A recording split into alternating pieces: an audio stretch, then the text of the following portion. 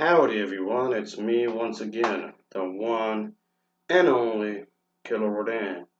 And today, I'm still continuing my Disney movie marathon by reviewing one of their animated films.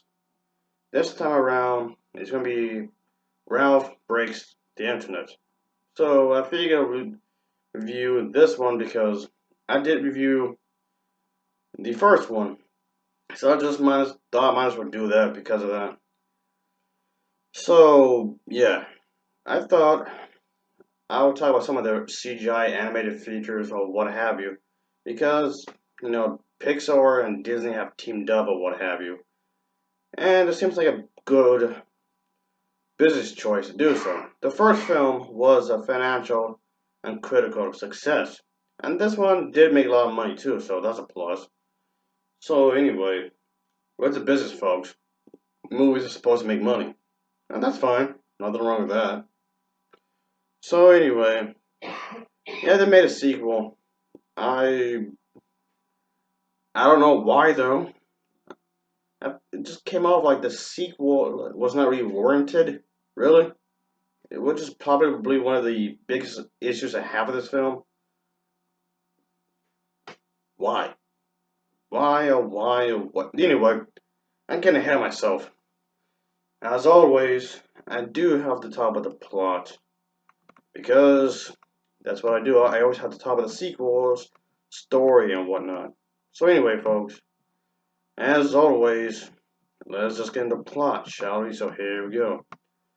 So pretty much, it's been about what 6 years in since the first film. The narrative tells the story for Wreck-It Ralph.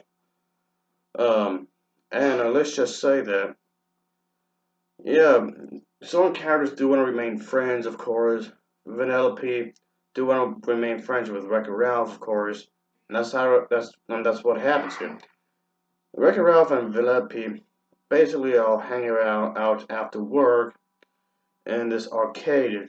However, the thing is that Vanellope, the little racer character from the first film, she does express how bored she has become of her Sugar Rush tracks. So you just say that Ralph does sneak into a game and makes a few new tracks just for her, which is awfully sweet of him to do.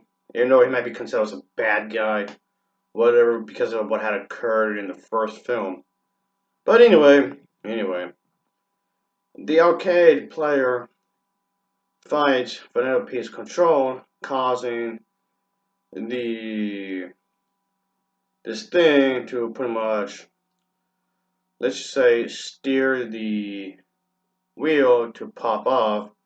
So let's just say that there's this character that does attempt to reattach the wheel to the console, but of course accidentally breaks it in half.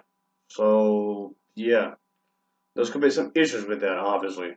But anyway, the company that made Sugar Rush is, let's just say something that happens here, folks. Something crazy does happen, and the cost of a replacement wheel on eBay is way too high. So yeah, again, like I said, there's gonna be some conflict here. So let's just say that there's this character that doesn't decide to put a scrap Sugar Rush as a result because it the cost for the replacement wheel, like I was saying a moment ago, is way too high. So you can pretty much guess what's going to happen next. Something does need to happen because of this. So anyway, the game, the arcade game thing is eventually unplugged, of course, with Fix It Wreck, um, his friend from the previous movie, and let's just say another character help.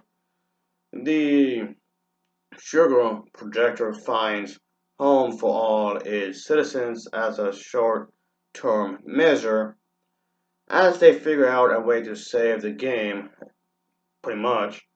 So let's just say after talking to his friend Ralph, does decide to grab Vanellope and pretty much travel to the internet for this through this Wi-Fi router kind of a thing.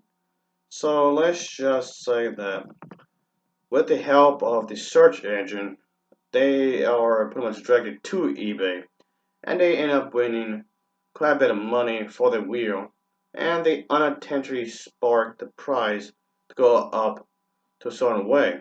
So with only 24 hours to come up with the funds, all they will be, well, let's just say, it will not be a pretty sight. And that's the basically of what's going on here.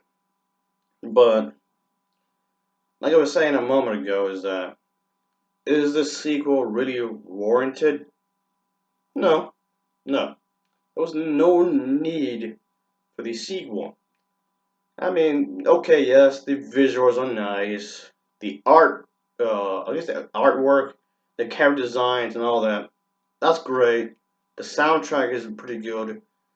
The editing was good. The camera angles and whatnot were really good. The voice acting was excellent. The soundtrack wasn't too bad. And on a technical level, on a very technical level, this was a well-made movie. Yeah, it did not come off like amateur hour. It does look like it was professionally made, which it is.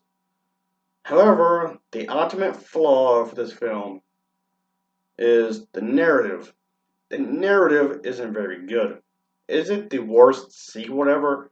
No. The worst Disney sequel I have ever seen still goes to Cinderella 2 Dreams Come True. It's still the worst sequel Disney has ever produced. Yeah, but that still does not save this film, really. And I really didn't like this character either. I don't mind having women as the lead characters in these movies, but the way this character Vanellope is written is just really annoying. Every time I like her as a character, and the entire adventure basically started just because she was bored when you think about it, and she was willing to drop the mission just to live another place without confirming anything to Ralph. Come on now, that seems a bit douchey. And oh yeah, and there's one more thing that really grinds my gears here. And that would be when she meets up with the other female characters from the other Disney films. This entire sequence and the other sequence regarding them was utterly pointless because it just came off like it was nothing more than a cheap plot device. It was just there just to push things along. And now this movie can only be for so long. You can only make this be as long as you can and whatnot, but it's just nothing but cameos. Literally, I thought they were going to do something really cool with this, and it just came out like a missed opportunity. They were just there just to push things along. That was it. Don't get it twisted. Not that I was expecting something like Avengers Endgame or anything, but still, they could have had something here. This really came out like a big missed opportunity, is all I'm saying. I'm saying no, Disney has done far worse than this, and they have. But it really does not amount to anything at all. Could just leave it at the first one, and that's it. Well, anyway, folks, I'll give this film an overall rating of a 5.8 out of 10. It's a 5.8 out of 10 for me. As always, thanks for watching, and take care. Until next time, see ya. Oh yeah.